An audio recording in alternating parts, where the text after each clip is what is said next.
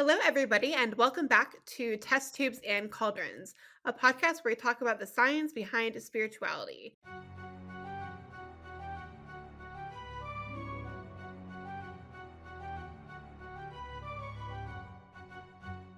I'm Astra. I'm Honey. And I'm Fel. In today's episode, we are going to be talking about the science behind the clairs. But before we go ahead and get into that, we're going to do our What Happened on This Day. It is currently Sunday, October 10th. Not a whole lot, but we did find something funny. And because it's late and I'm immature, we're going to go with this one. There was the death of George Frederick Dick the First. He was an American physician and pathologist who, with his wife Gladys Henry Dick, I'm sorry, that last name is just wow, isolated the hemolytic streptococcus that was the result of scarlet fever and created a vaccine against it in 1924. They also developed something called the Dick test. Wow, that just sounds so bad coming out of my mouth, which is a test to determine susceptibility or immunity to scarlet fever by an injection of a purified exotoxin from the bacterium that causes the disease. Using Koch's postulates, the Dicks show that scarlet fever is caused by streptococci. Bacteria were recovered from fever patients and then used to infect others, which is what confirmed this. And then the Dick test, which is a skin test, is rarely used today for ethical reasons. You can't just go around injecting people with exotoxin. But when it was used, it was there to measure host antibody response. And my immaturity is out for the episode. Not really. It'll probably come back. Oh yeah, I mean this one's gonna be buck wild, so Yeah, this is gonna be a long one. So buckle in. Pronounce Cox postulates. Okay. Wow, that's even even worse. worse. Yikes. Anyways, all right, moving on. So, like I said, we're going to talk about the clairs today. So, I think, as prudent, like we do most episodes, it is probably good to first define what a clair actually is. I'm going to start with the basics and then maybe Fel can elucidate on this. So, clair is just like a prefix for a whole bunch of terms which refer to, I guess, what you could call psychic abilities. So, clair comes from the French meaning clear, and the term clairvoyance, which means clear sight, is dated back approximately to the 19th century, but it was seen to be used slightly earlier in the 17th century. But in that context, it meant something more literal. So it really meant having clear sight or having insight. Whereas in the 19th century, it kind of took on this more psychic implication, if you like. And there are also other clair words which originated around this time. So maybe do you want to elucidate a little bit more about what the clairs are? Yeah, so pretty much for like many years, and even like from what I remember, a lot of it was pretty much just clairvoyance was used for like everything. Clairsentience to some degree, but there's been kind of throughout the years, like people have expanded it from just beyond clairvoyance, which just means clear seeing, to clairaudience, clear hearing, clairsalience, which is clear smelling. You type in like what are all the clairs and you'll get websites with 50 different ones, break them down. But for the most part, you pretty much just see clairvoyance used as a unanimous name historically, at least. Clairs are a big part of the witchcraft community, right? Especially I would say New Age quite a bit, but also even in a lot of like energy work and psychic work.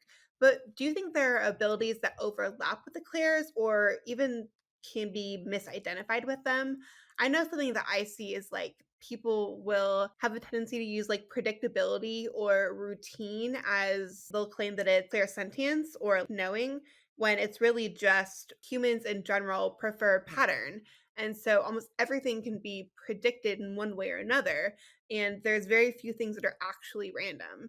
And so, in that sense, when you predict something, it's really more of a matter of chance and like probability than it is actually knowing. So, if you have a friend who does the same thing all the time, then you like predict it. That's not clairsentience, it's just prediction Right. of a sort. I see that a lot.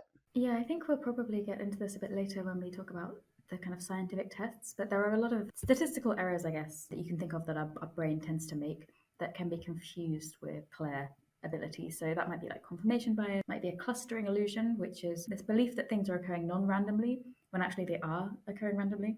As humans, we are actually really bad at estimating like when things are truly random. Things like availability error, when you remember one outcome more readily than another. So kind of like if you've got sort of blinders on, you might think that you've seen something a particular number of times, but actually you haven't. And also an illusion of control. I think those are the key ones that might lead somebody to think they've had a kind of more psychic experience, but actually it is just an illusion. Alrighty, okay. I was very fascinated by the history of clairvoyance and how it's seen, and it got a little wild. Also apologize to anyone who speaks Hindi because I'm about to butcher some terms. I tried really hard to look them up, but we'll see. One of the examples that kept coming up over and over again was in the Jainism religion, which is an ancient Indian religion. What's interesting in it is that it has 5 knowledges. So these 5 knowledges are sensory knowledge, scriptural knowledge, clairvoyance, telepathy, and omniscience. I went down a really deep rabbit hole, found someone's thesis. Just really went all out with this. Jainism promotes like telepathy and omniscience, which I thought was kind of fascinating. But then I was reading more deeply into it, and it is also deeply interconnected. It was deeply interconnected and still is interconnected to the idea of karma. The karmic particles block your ability to achieve things like telepathy and omniscience, which are a sign not of enlightenment. There's a spiritual level of attainment. I think it's called Avadhyana, which is basically the highest level of spiritual purity in Jainism. Clairvoyance is kind of a way to achieve this in a way. Like it's not like it's like everyone has the ability to be clairvoyant, but clairvoyance is neither here nor there. Like it's not necessarily a sign of spiritual attainment, so it can help or harm. This I thought was interesting. It says if an individual had like a deluded worldview, their clairvoyance would be false clairvoyance. This idea had existed in this religion since the BCE. It's very old idea of clairvoyance, which they specifically called, Avadhigyan. I think I found different ways to pronounce that. Then I actually was reading a spiritualist text in French from the French thinker Paul Seydier. In his text, he actually mentions a lot of ideas that are found in Jainism. It was kind of funny to me because I was reading through this text and suddenly he starts talking about like Kundalini yoga and chakras and karma.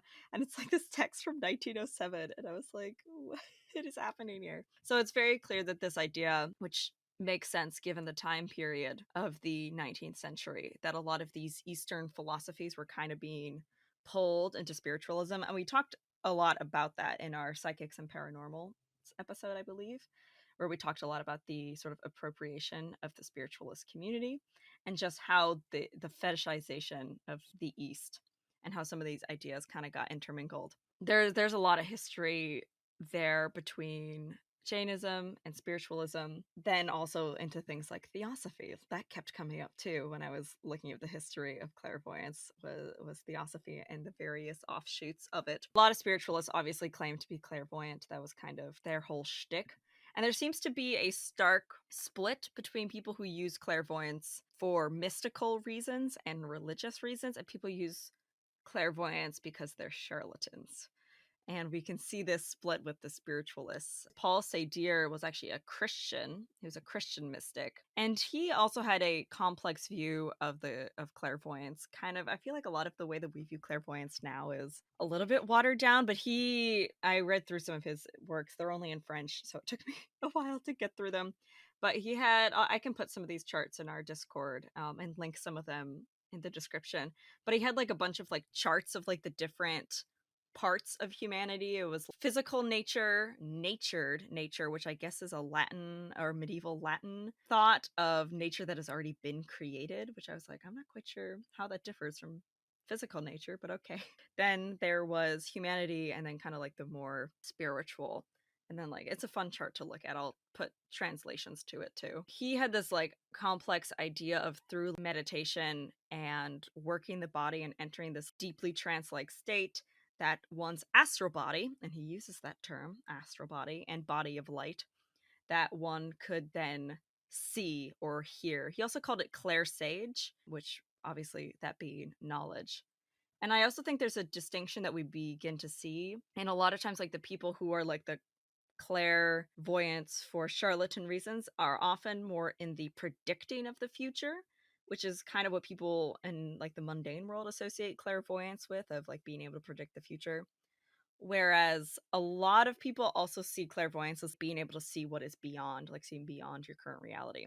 So I find that interesting, is that there's that split between a more mystic mindset and a more charlatan mindset, a more con man mindset, and how there's this kind of split between what is future telling, what is seeing beyond, and kind of how those things mix together. I thought it was really interesting as well because there were some examples of what I guess you could refer to as clairvoyance in other cultures as well, like Hellenized Egypt was one that I found. But the thing was that Christianity largely rejected these ideas of clairvoyance, so they kind of faded out of vogue to an extent during the Middle Ages. Of course, you did have things like astrology that were used for divination. So it's not as if there was no divination, but this idea of kind of clairvoyance was suppressed a little bit. But then it came really back into vogue during the 19th century. And I can only guess it's like just what you said with the fetishization of Eastern culture, theosophy bringing that over. This Christianity kind of embraced it again in certain circles. So you had like mystic Christians kind of harmonizing these ideas. But yeah, clairvoyance is a very weird and interesting. And I feel like when people say clairvoyance, they mean like 8 different things. It is funny when people say clairvoyance, oftentimes if you ask them to elaborate on what they mean, they're often talking about one specific like clair and not actually clairvoyance, which I think is just, it's funny to hear that. They'll say something and you're like, oh, it's like, what do you mean? And then they're like, oh, I actually mean this other thing. And I'm like, okay. So let's talk about each clair sense and break it down a little bit, and then talk about potential science behind it, if there is any, and our thoughts on it. So let's go ahead and start with one that we've already kind of touched on, which is clairvoyance. Like we've said earlier, it essentially means clear sight. There has been a question of debate of whether it's actually different to precognition. I think needs to be a distinction between remote viewing, which is often referred to as clairvoyance, and precognition, which is the viewing of events before they happen. But that being said, the term clairvoyance is sometimes colloquially used to refer to future sight, but it kind of like Fel explained, right? It depends on which camp you're really looking into. Are we looking at the kind of mystic side where it's more of clairvoyance in terms of like seeing beyond the physical world or the mundane, or are we talking about clairvoyance in terms of like fortune telling in future, which seems to be more of a money making? Here's a quote from Psychic Witch by Matt Aron. Clairvoyance is experienced in 2 different ways: internal clairvoyance and external clairvoyance. Internal clairvoyance is the ability to see something on the screen of your mind. External clairvoyance is the ability to see an overlay of vision over your regular sensory sight. So in Psychic Witch, he talks about some clairvoyance is like some people view it as your mind's eye, almost like if you imagine something, which is hard to explain. But then the other form of clairvoyance is physically seeing something that's not there. That was also a distinction I had never heard before, but it makes sense that there is kind of, you see those people on TikTok, or you hear about those people. And this has been going on forever, like even before TikTok, where they're just like, I saw Apollo. And it's like, well, what do you mean saw, right? That's always a question. Do you mean like literally, or do you mean like in your mind's eye?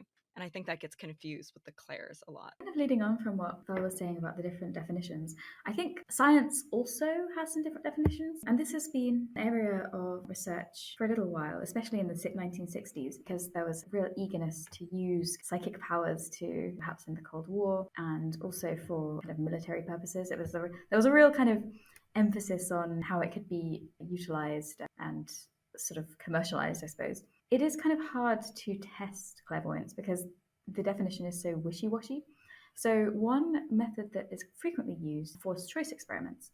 So a forced choice experiment is basically used to assess both clairvoyance and precognition by making a participant choose a target among a set of decoys. So your target is usually randomly chosen. It might be chosen before the participant makes their selection of the target, so that tests clairvoyance, or after they make their selection, testing precognizance. So the hit rate for the correct target choice is compared to the probability of the choice being due to chance. And obviously, if they have a higher than due to chance, a parapsychologist might say, well, this is evidence that this person is clairvoyant. You can kind of see that this is really taking it away from the kind of more mystic view. This is really more about the ability to control that kind of clairvoyant sense and remotely view something or predict something. It's defined quite strictly. So these studies, along with the Ganzfeld experiments that we mentioned in the Psychics and the Paranormal episode, are kind of the bread and butter of parapsychology, but they're not without their flaws. Potential issues with experimental design include sensory leakage, feedback from experimenters in allowing individuals to cheat on the test, lack of proper randomization. We kind of mentioned in our tech episode how randomization is actually quite hard to get right. And then systematic issues like optional stopping. So this is when a researcher might run a trial lots and lots and lots of times until they get the results they want. Or stacking effects, where you have lots of participants and they're compared against the same data set, the target data set, and that can give you a kind of weird statistical artifact. So I kind of want to discuss a few of these trials and whether they had any merit. So the first one I found was testing of a controversial psychic under controlled conditions. And this trial included just one participant. His name was Olof Jonsson. He was a Swedish-born psychic with some notoriety attached to his name, as well as reportedly being caught cheating during psychic trials at Duke University, something that this study author disputed length, by the way. He also undertook telepathic experiments to space in 1971, where he tried to receive telepathic signals from the astronaut Edgar Mitchell aboard the Apollo 14. The trial failed. He did not receive telepathic signals from space. So we have a background for why they wanted to test this guy, because he had a lot of notoriety and is an object of ridicule for the parapsychology community. So they wanted to prove that he was actually a psychic. So he was subject to 288 trials on this thing called the ESP Assizor. So ESP is extrasensory perception, which is kind of a thing that encompasses clairvoyance. And it's basically a computer which displays signals to the participant. So these are your decoys, amongst which your target will be there. And they're chosen at random using some kind of random number generator. The thing that Olof has to do in this test, he has to choose the correct symbol, basically, which is the target. Pros for this include the fact that the data collection was automated, so he shouldn't be able to cheat on this. In theory, also, the sensory leakage should be minimized by the fact it is a computer. And finally, he was also asked to rate how confident he was in his answer. So the results of this trial, he correctly identified 88 targets, which is a slight increase over what you'd expect from chance. This is 72. This is out of 288, so this is still quite a low hit rate. Notably, the answers that he had the highest confidence in had the highest hit rate. My question to you is, do you think that this is good evidence of him having psychic abilities, and what else could be going on in this study? I feel like I just watched Astra, like. Okay. So here's the thing. 80, like if 72 is chance, 80, that's not significant enough for me personally to be convinced, especially out of 288 trials. I mean, it means he got 200 incorrect, which is quite a large number. I guess I have a couple of questions because I view a lot of things in patterns, and so it's really easy for me to pick up patterns out of things. And so it could be possible that he was similar. And if, for instance, I was playing the same sequence of these shapes every single time, then naturally you will try and kind of piece out a pattern, go with that as like your means of making a decision. However, if they shuffle the shapes for each trial, then that could make that more difficult. So then maybe there is more to it. I'm not convinced. Like I said, it's pretty close to random chance. So that's not doing it for me. So I'm curious to hear your thoughts. I don't know. I'm just not a big believer that it's something that can be forced. I feel like it's just something that kind of happens. So I'm always a bit dubious. I mean, yeah, it's being a little bit better than chance. That doesn't mean that it wasn't also like a chance happening, you know, like you could have just chanced to get more. I do find it interesting that the answers he was most confident on were the ones that were hits. I think there might be something to that, but I don't necessarily think it's a skill that you can really hone and target in such a way. I feel like if that was the case, hear a lot more cases of psychics finding a killer, right? But there was a case where like someone from my hometown did dream about this murder and what actually happened, and she ended up being correct. However, she was also an atheist, essentially. She believed that this was real, but yeah, like she wasn't super spiritual. And kind of like afterwards, she kind of just moved on and like didn't, you know, she didn't try to become a career psychic. It was like a one-off thing, ended up actually being correct. Yeah, so I think it's more of like a chance thing and not necessarily a skill. Yeah, I definitely agree that I don't think it's a skill that can be honed. I also wonder how they decided on the number of trials for this. Like, did they just do the optional stopping thing where they said, okay, right, we're just going to keep running trials until he hits just above chance, right? And also what the range is, because I don't think that my maths, my lack of statistical ability is showing here, but I think that there, if you were scoring somewhere close to chance, there would be a range of numbers that you could get, right? You wouldn't just, it wouldn't be like 72 is exactly chance, right? So I think that he's probably scoring maybe just outside that range, which does test significantly, which with the type of test they use, but it's a lot of like fuckery with numbers to actually get there. Well, yeah, and like with the statistical analysis, I mean, like scientifically speaking, if you were to go to any paper and let's say that you're statistical significance was like only a couple of units above what like the random chance would be, nobody would consider that significant. Your paper wouldn't probably be accepted and you'd be sad and go do more research. Even if it's just slightly above, like that is not enough in accordance with like most kind of statistical like barriers to be considered relevant at all, which is kind of why it is even more questionable. The number of trials is interesting. I wonder why it was like 288 and not just like 300 or 500 or something like that. Maybe it was a time constraint, who knows, but I don't know if anything would have changed if they gone any higher. Well, that does bring up a good point where if you are going to do some kind of randomized trial like this, you do need to have a lot of quote unquote data points, which is what each of these trials were. Because if they had only done 100 trials and he got 88 of them right, then like that would have seemed like a really good success, right? But the more you do, the better the output that you get and the more accurate you can come to a conclusion. I'm so glad you mentioned increased sample size, because now you understand what a forced choice experiment is. We are going to go bigger. So the next experiment I have to tell you about is the mind machine, which is very exciting. And the study opens with a review of the literature, and it notes that meta-analyses of forced choice experiments, they're usually methodologically flawed. Like the evidence quality included in these meta-analyses tend to be quite poor. And we can link the meta-analyses for you to read if you're interested. So this study basically noted these flaws and aimed to perform a more methodologically rigorous forced choice experiment to assess clairvoyance and precognition in the general population in Britain. So how did they do it? Well, they invented the mind machine, which was effectively just a large steel box with a touchscreen inside. The screen contains videos to guide you through the experiment, so there's no researcher involved. They can't influence you, in theory. And both of the factors were selected to reduce this kind of sensory leakage. To prevent the optional stopping effects that I mentioned before, the trial number was pre-selected by the researchers. So in total, they received 250,000 data points, of which 110,000 were data on clairvoyance, but I'll tell you more about that in a moment. This meant that there was a huge sample size, which was 27,856 people. So to actually get this number of people, they took the mind machine on tour to various high footfall areas around the UK. They took this machine to shopping centres, museums, science festivals, and they asked members of the public to come participate. And it was only 2.5 minutes long, so it was quite easy for people to participate. And it also meant that the research pool wasn't pre-screened or selected. So this is just the general populace. This isn't screening, self-proclaimed psychics or people with kind of spiritual experience. And you could argue that that's a bias, but we'll get to that. And obviously, a large sample size allows them to detect small effect sizes. The experiment itself is very simple. They're basically presented with 4 coin tosses, and the participant has to guess whether the coin will land heads versus tails each time. To prevent the kind of stacking effect I mentioned, each participant had a sequence generated just for them, and they evaluated every coin toss separately to prevent bias from one choice affecting another. So this is kind of like what you were saying with the pattern matching, Astro. Like somebody might guess heads twice, and then they might be influenced to think, oh, well, it's going to be heads the next time, or maybe it'll be tails the next time. They noticed that had a slight effect, but it was only like 1%.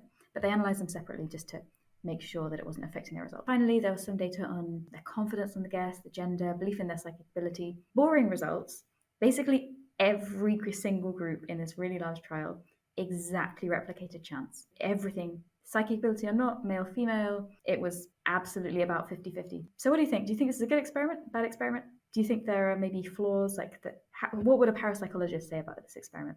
Wasn't there an experiment that we talked about a couple of episodes ago in which it was like a control group and like there was like the psychics and then there was like the kind of the non-psychics and they scored, didn't the non-psychics score a little higher, which I find funny. Honestly, I feel like every time they do these studies they honestly always come out the same conclusions. I have yet to see a study that is remarkable enough that's like not that hadn't been like obviously messed with. I honestly feel like they're just going to keep coming out the same.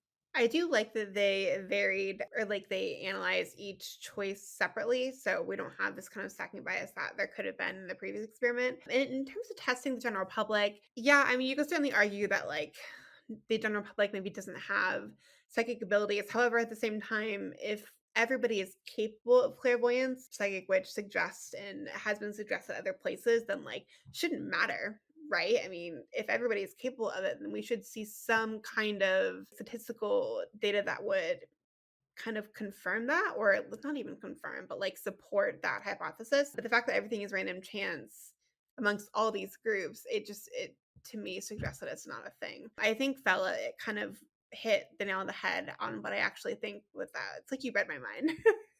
Ooh, psychic. There you go, Fella, you're psychic. I guess we'll see that in a second. But yeah, it's more of a thing that happens when you're not expecting it, and if you try to force it to occur, it won't. But even then, in this experiment, right, it was super random. People just like did it. They weren't trying to force anything to occur, and it was still random chance. So yeah, I don't know. I People continuously test these things. The results are always the same.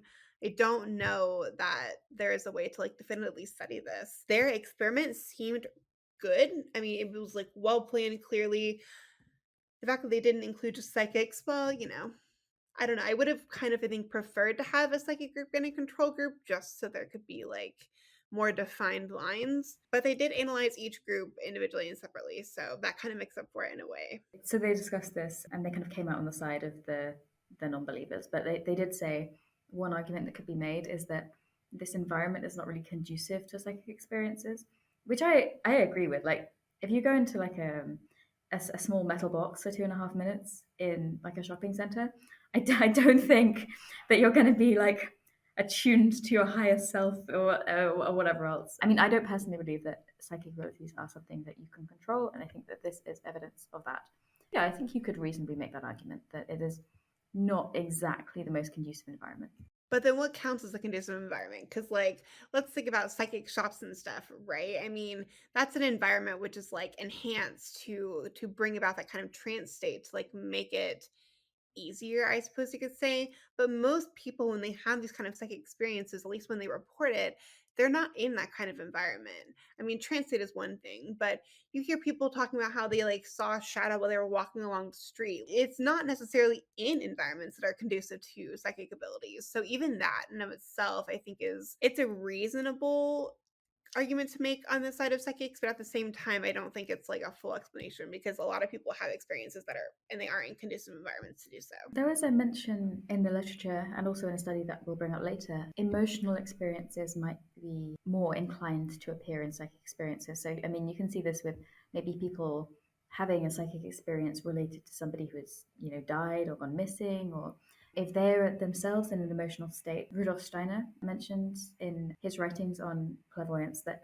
your emotional state can actually influence how you perceive what he refers to as the spiritual realm. So I think you can make an argument that there are certain states which maybe are more conducive to these experiences, but as to whether that's going to help you with a coin toss, I just don't think that's the case. Yeah, that's fair. Are we going to do our experiment? Yes.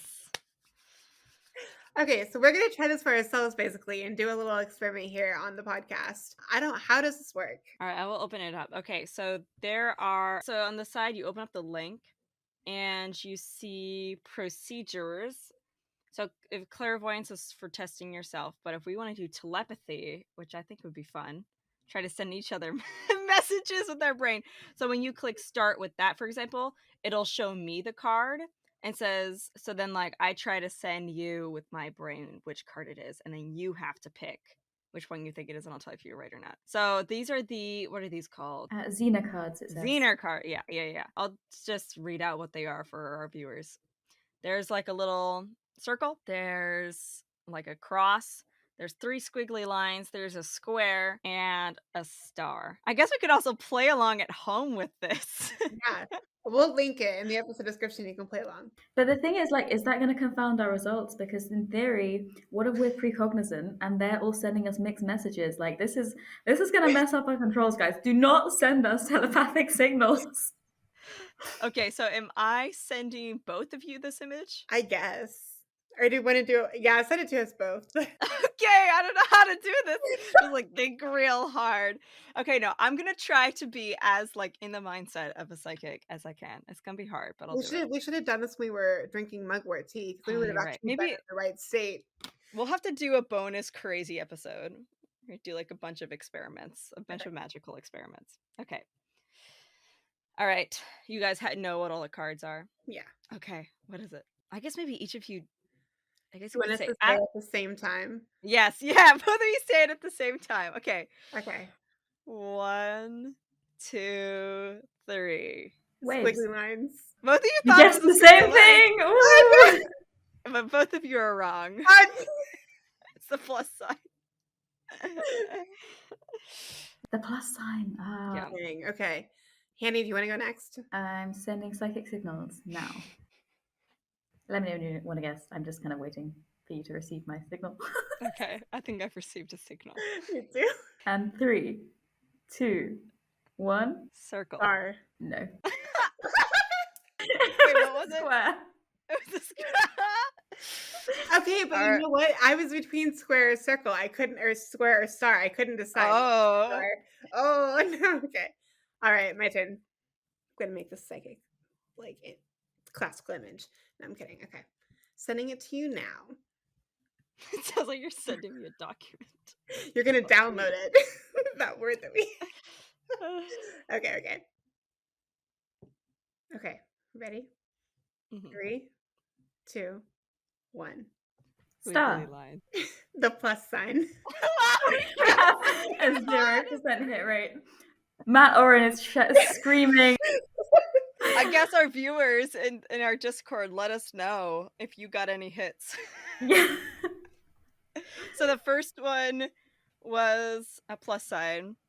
The second one was a square. And the third one was also a plus sign, right? Mm-hmm. Okay. So those are your answers. Wow, that was... That was crazy. Oh, well, none of us have any kind of clair abilities, so good to know. Well, maybe we do. This is only one test, right? Who knows? Okay, that was fun. Let's get back to the episode. So basically, there was this team that aimed to put the question of psychic ability to bed once and for all by using neuroimaging. Whether or not they did so, I'll let you judge. But basically, we talk a lot on this podcast about neuroimaging, all its faults and foibles. And this is, if you don't know already, usually something like fMRI, which utilizes magnetic resonance to look at blood flow or glucose usage in particular parts of the brain. By scanning people while they perform particular tasks, we can gain insight into which regions of the brain might be active and therefore important in certain processes. It's a field that's fraught with controversy, though, with some critics going as far to call it modern phrenology, due to poor standardization between studies and the lack of granularity in the technique used. With those details in mind, let's examine the next study, which queries what neuroimaging can tell us about the clairs. So basically, their supposition for this study was that if psi exists, it must occur in the brain. And you might disagree with the statement, but this is kind of their kind of materialist paradigm. This is what they're saying. It must be testable. It must occur in the brain. And so neuroimaging, in theory, should therefore be more sensitive than indirect behavioral measures like we've discussed previously. So in this study, they used fMRI, which looks at blood oxygenation levels and kind of tells you how much areas of the brain are respiring. So basically, they kind of did the experiment that we just did, except one person was in the fMRI machine, and so they are the person guessing, and then there's somebody outside the fMRI machine who is playfully, that's how they describe it, sending an image. They didn't use the images that we mentioned, though. They used specific images which were emotional because, as I mentioned, there's this idea that emotional closeness might promote psychic ability. And finally, the senders and receivers had high emotional closeness. So some of these were identical twins, some were sisters, some were roommates. There were 16 pairs in total included, but they think the idea was that they're supposed to be close enough that they can sort of talk to one another telepathically. And so the individual was actually shown an image. They were asked to guess whether they were being telepathically communicated with, basically, I think. So the hypothesis is that their brain should show different activity if they're shown a kind of a psychic stimulus, so the image with the telepathic signal, versus a non-psychic stimulus, so just the image. Again, really boring results. Pretty much everybody showed exactly the same results, whether or not they were receiving a psychic signal. There was one person who showed lower activation when they were not receiving the psychic stimulus. But because this is just one person in a whole group of 32, this might just be an artifact, it might be something weird with their brain. They might be thinking about something which is kind of affecting their decision-making process. And also they guessed pretty much according to chance. So the authors refer to this as the strongest evidence yet against psi abilities. So what are your thoughts? Do you think that this is like really strong evidence like they claim, or do you think that this is maybe overstating the study's abilities? In all fairness, the psychic community, I think we need to say something about the fact that, like, I can't believe I'm saying this. But depending on how you depending on how you think the signals are actually being sent, like what means I guess they take to like go from one person to another, you could argue that the signal is somehow being disrupted by the fMRI machine, right? And so it's not actually being able to be transferred from one person to another. So in fairness, that could be what happened, and that's why it's random. Like it turned out to be random chance. I think that requires us to get into a discussion of energy in a non-scientific sense, and also pull in some stuff that shouldn't exist in terms of science, and psychic ability and telepathy and all of that. So I won't get into all that. But that is one explanation. That is like a I'm sorry, psychic community, we didn't think about this type of deal. On the other hand, I do think the fact I don't necessarily know that the lack of activity in a given region based upon oxygenation is like supporting evidence that this like transfer of an emotional memory didn't happen from one person to another, because I don't know if do parts of our brain become more active if you like engage with or have an experience with clairvoyance in this case. I don't necessarily know if that would actually happen, because it's not like it's a chemical distinction or anything, right? It definitely seems like it's more mental in nature. I mean, theoretically, I suppose you should see that on a brain scan, like some part of your brain light up, but I don't really know if that's the best way to measure this kind of thing. Of course, I don't have an alternative suggestion, so maybe they know more than I do probably in this realm. But yeah, I did find it interesting that the identical twins, nothing happened, because that's like the thing that everybody tries to prove, right? Is that identical twins like have some kind of psychic connection. It's an interesting study, and I don't know if it's the strongest evidence, but it is some evidence suggesting that this isn't the case. I would be curious to see psychics set up their own experiment, with the help of people. I mean, I'm not saying psychics necessarily don't know like how to make their own experiments, but if they had like someone who does study design like work with them to design their own study, I would be very curious to see what they would come up with and what the results might be. Yeah, because I feel like we've had the same experiment over and over again, and it's usually like skeptic proves their point. Which, like, I do think there is, I mean, I stated kind of my beliefs in that. Like, I don't think it's a skill that can be honed. But on the other hand, skeptic proves the belief is already like confirmation bias happening. So I would be curious to see psychics do their own. There are quite a lot of studies from the 1960s, but I couldn't actually access them. However, a lot of the titles are very interesting. There was something like a 2-year program of psychic tests done on like middle schoolers or something. So they were subject to testing for 2 years. I would love to know what they found in theory. There were things like testing if clairvoyance was different between sheep and goats. Couldn't access it. Absolutely fascinated to know what the results were. But I think the reason that I didn't include some of the more recent ones is that the methodological design is just bad. So I guess it's difficult to find a good study that is run by a parapsychologist. My apologies to parapsychologists out there, but yeah, it's just not something that's easily testable, I think. Yeah, it's a hard thing to test. I mean, I don't know if there is a good way to do it. It would be very interesting, I think, because I think it was in our divination and astrology episode where there was an astrology study done that used astrologers, but also had people who were heavily involved in like study design to make it like a scientifically quote unquote rigorous process with the advice and counsel of the astrologers so that it was fair to both sides. I think that's something that maybe the parapsychology field could really benefit from, that we get both some aspect of scientific rigor and also you're not neglecting the psychic or the paranormal side that most psychics when they read these studies are like, oh well, you didn't like account for this, or this is unfair and how it was set up, and so on and so forth. It'd be an interesting study if someone managed to pull together. But we spent a lot of time on clairvoyance, so maybe let's move on to some of the other ones about clairaudience. So remember, this is the one I think with hearing. Phil, did you find evidence of this used historically? So what's weird about the clairs is that they're hard to, like, we talked a lot about more of the like practical clairvoyance or clairs where it's testable, right? Like I mentioned the more like practical kind of clairvoyance, and then there's the other kind of clairs that are more mystically inclined. And I feel like those are hard to categorize both historically and scientifically, because a lot of things could fall under clairaudience, right? Or anything really. Hearing the voice of Apollo as the Pythia, that could be considered a form of clairaudience. Like the one list I looked at was like, Jesus was a clairvoyant. And I was like, what? Okay, then. So I think it's like, yes, this is definitely, they're definitely seen historically. Thing I was reading brought up Christian saints. It happens all the time. Like Marjorie Kemp, for an example. Although she was going to say she was a nun, but whatever. So Marjorie Kemp saw Jesus, right? She was like, be in church, and her diaries talk about her seeing and hearing and feeling all of these things, but they weren't actually happening. And she knew that to some degree. So that's why I feel like that the mystical side of clairvoyance and clairaudience, etc., is hard to, because it's kind of like the crux in some ways of a lot of mystical experiences. Right, or at least that terminology is a bit weird. That idea of seeing or hearing beyond is, I think, a lot of mystical experiences.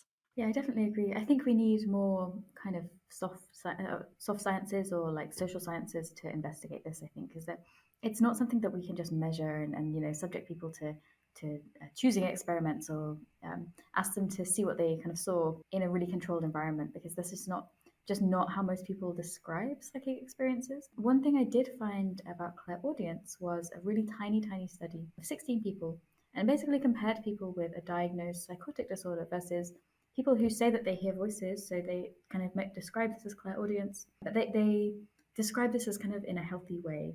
So they don't have a diagnosed psychotic disorder. They don't have issues with employment, which were seen more highly in the psychotic group. They had lower levels of distress.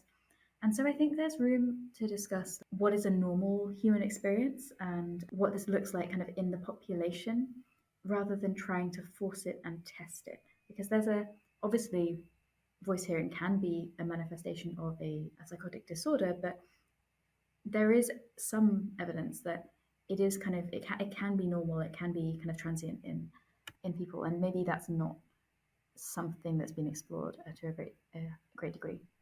Yeah, I agree with all of what you guys have said. I think it's really hard to test like under the rigor of the scientific method. I'm not sure it's something that should be tested under the scientific method, just because it's such a unmeasurable thing. It's very personal, right? I think a lot of like the clairaudience and the one with the smelling and this all of that.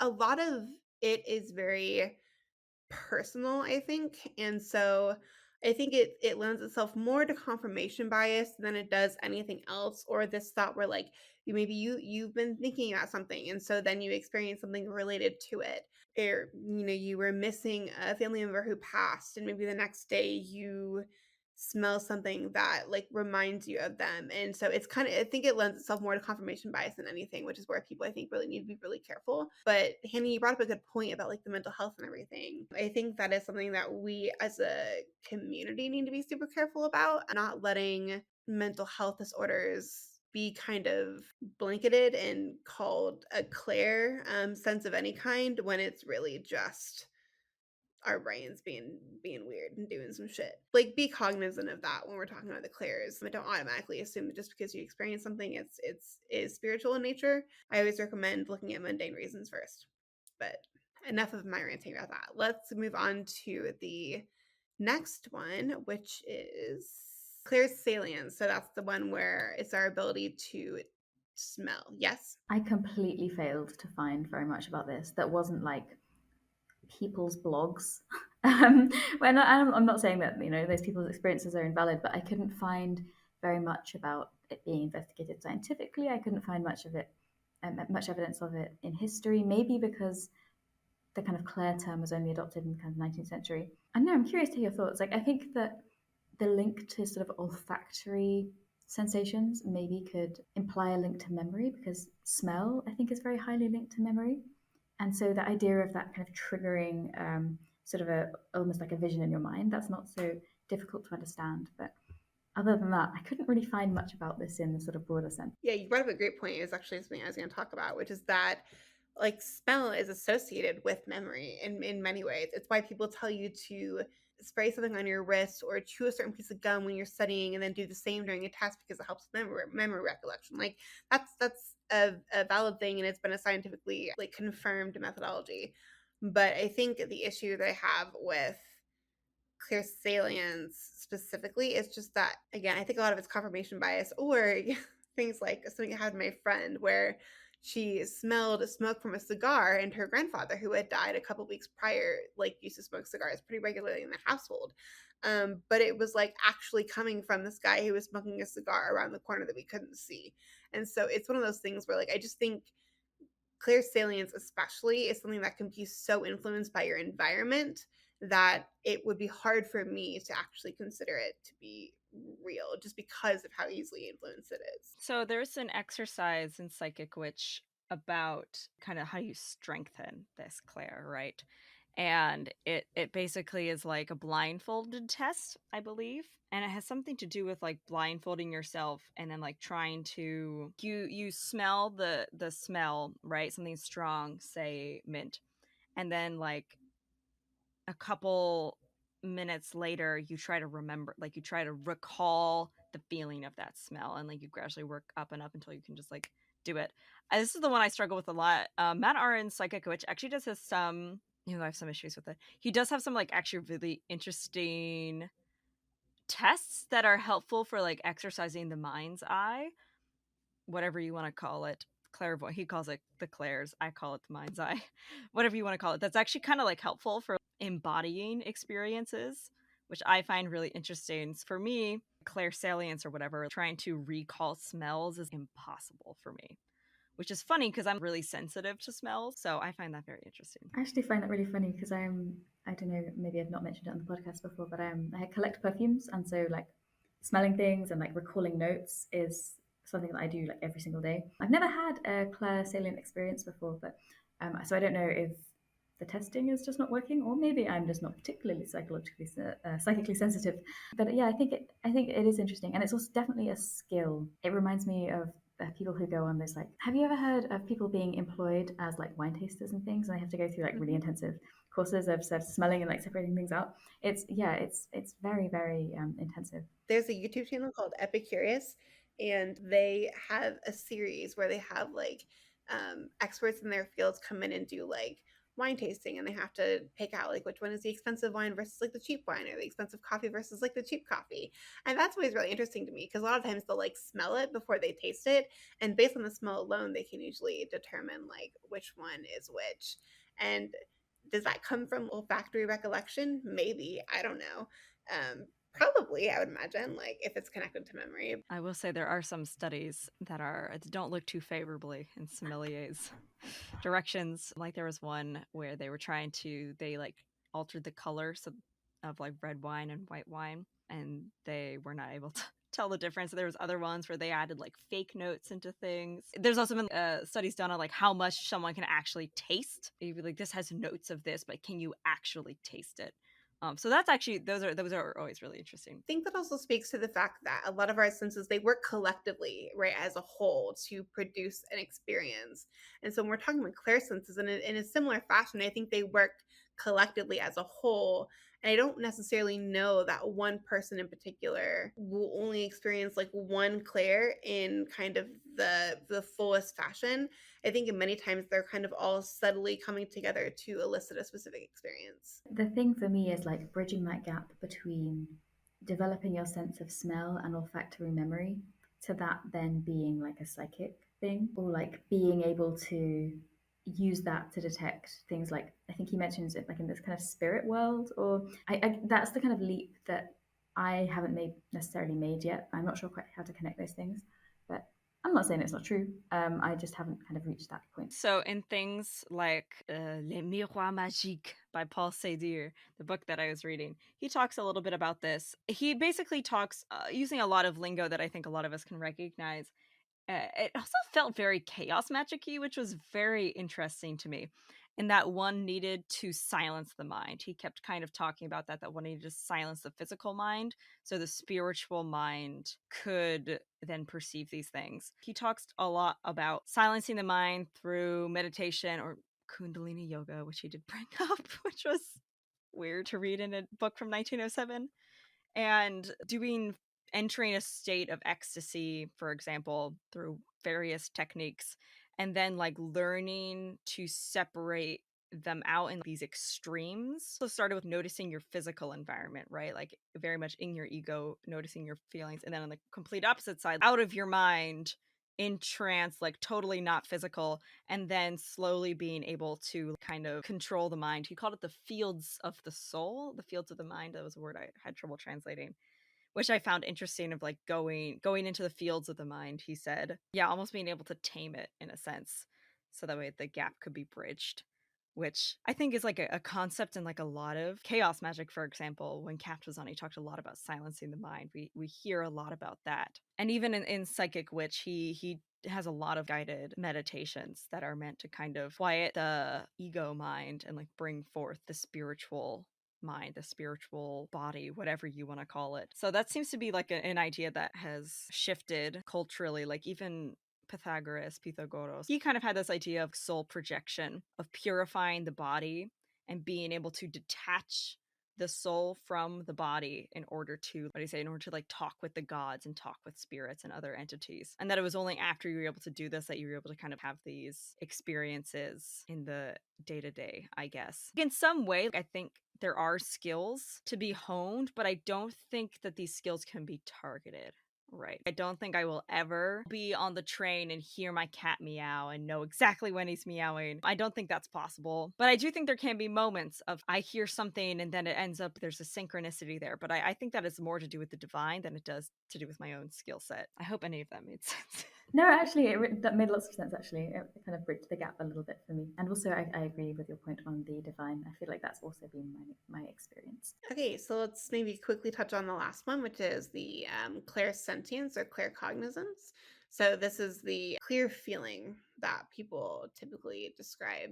So when I was looking this up, I found that a lot of places were describing this as like having a gut feeling about something, which I think would also be comparable to intuition. But then I think, Fel, you had a different definition of this, right? Like it being more to do with actual like physical touch. But now I'm rereading the section that I was looking at from Psychic Witch. What did he say? So clairsentience he describes as psychic physical sensations within the body, which is interesting that he separates that between that and clairtangency, although I don't think he continues to separate it out for the rest of the book. So I think with the distinction that he's making there is that clairsentience is because emotions are physically based, right? It's not just like things are based in your body, even though people kind of forget that. So I think it's this idea, he's described it as like an internal feeling. So I think it's a little bit different than a gut feeling. It might have something more to do with empaths, the type of empaths of feeling a certain, like if my head hurts because your head hurts, right? Or I'm tired because Astra's tired or something. That like physical body state, I think, perhaps.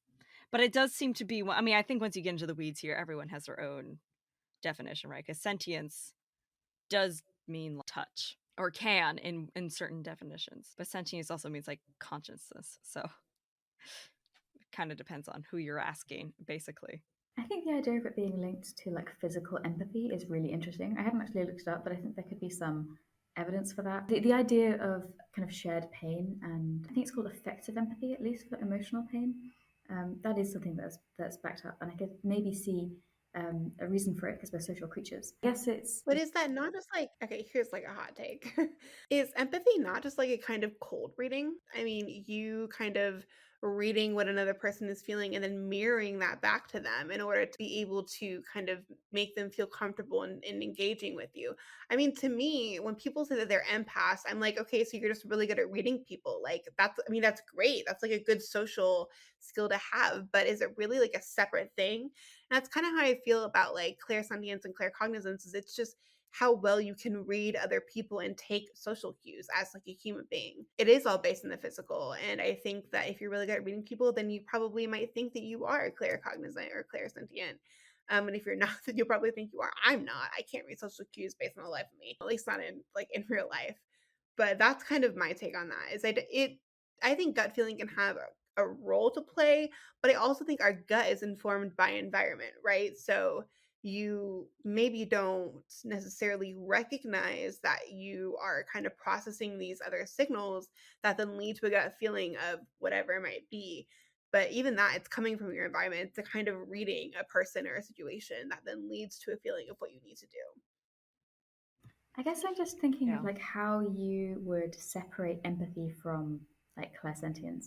So I'm thinking maybe it has to be like a time gap. So maybe if I like wake up at like 5 in the morning and then I have a like really clear image of Astra in my head and I have a splitting headache, and then I check my Discord like at later on when I know that she's awake and I find out that she actually hit her head yesterday. I'm like, oh my god, like that I think would be more psychic. Whereas I think if you're just reading somebody's emotions, like that is, yeah, maybe a little bit more mundane in nature. I agree. Like, there are definitely, like, I'm really good at predicting situations. I've had some people be like, who are like, woo, who are like, oh, are you sure you're not? I'm like, no, I'm just traumatized. That's why I'm really good at it. Like, there have been times where it's like uncanny, but I know ultimately that it's based in a survival mechanism, right? My own family history of my grandmother has been doing things like that, of trying to predict everyone's emotions to keep them happy. It's kind of part of my DNA. I don't know, it's just something like that sort of hyper vigilance that's sort of part of my family culture of being hyper vigilant. And I think some people who grow up mundanely, or not mundanely, because that sounds like mundane over magical or whatever.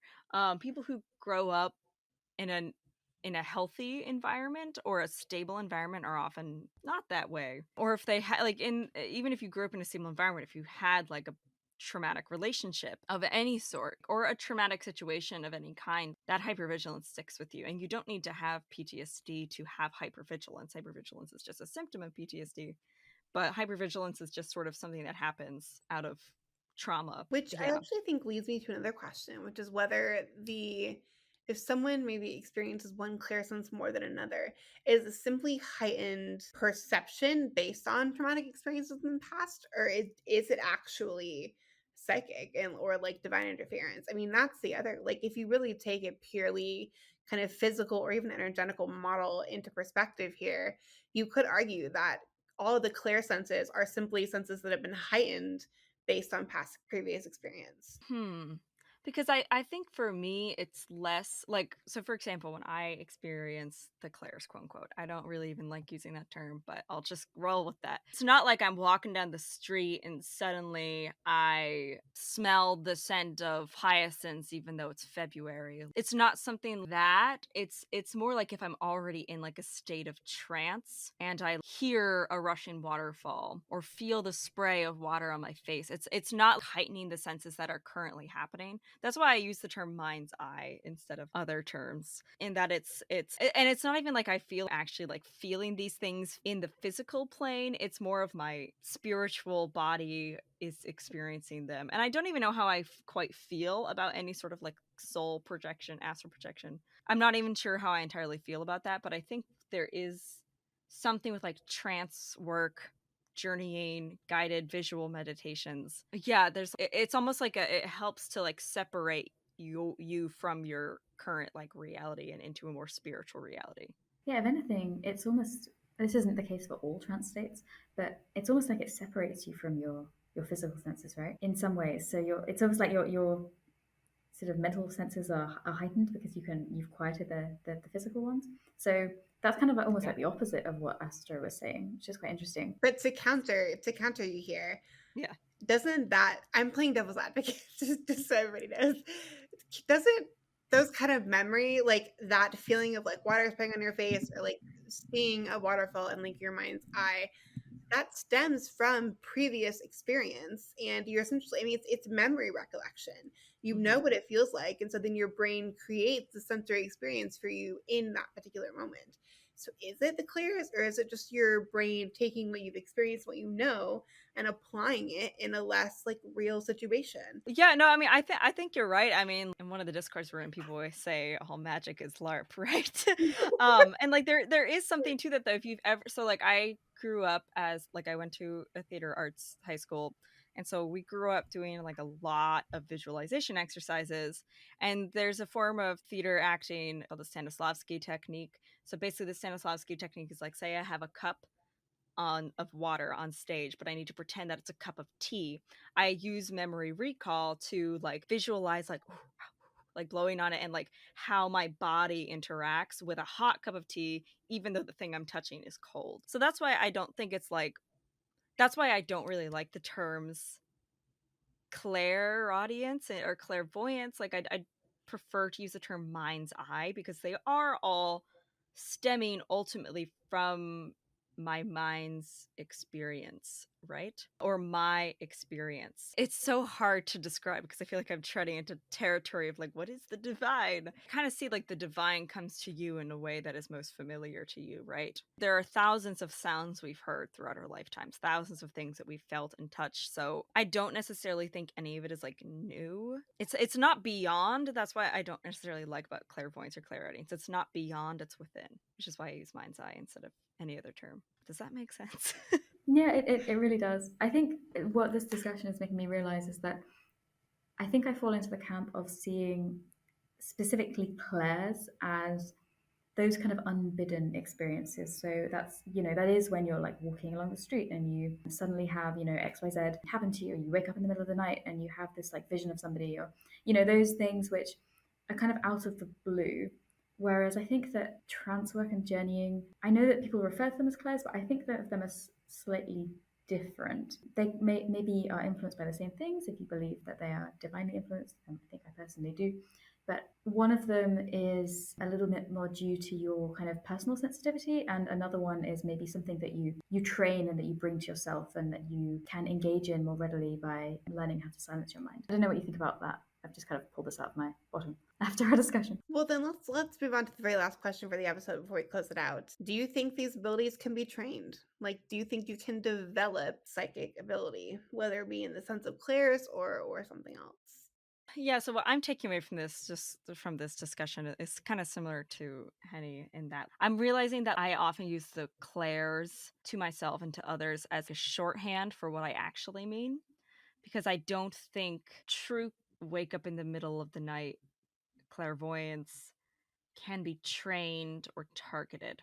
Seeing beyond is another matter, and something I'm still trying to figure out if I believe in. People talk about like training yourself to see spirits. I'm not sure if that's possible, but I think certainly like your mind's eye can be trained, given that you don't have aphantasia, which granted I think a lot of people have low clairvoyance or low inner mind's eye, and so they assume that they have aphantasia. I have a very weak inner mind's eye. I suck at pulling up visual memories of things, but I am great at touch, sound, and taste, which is weird.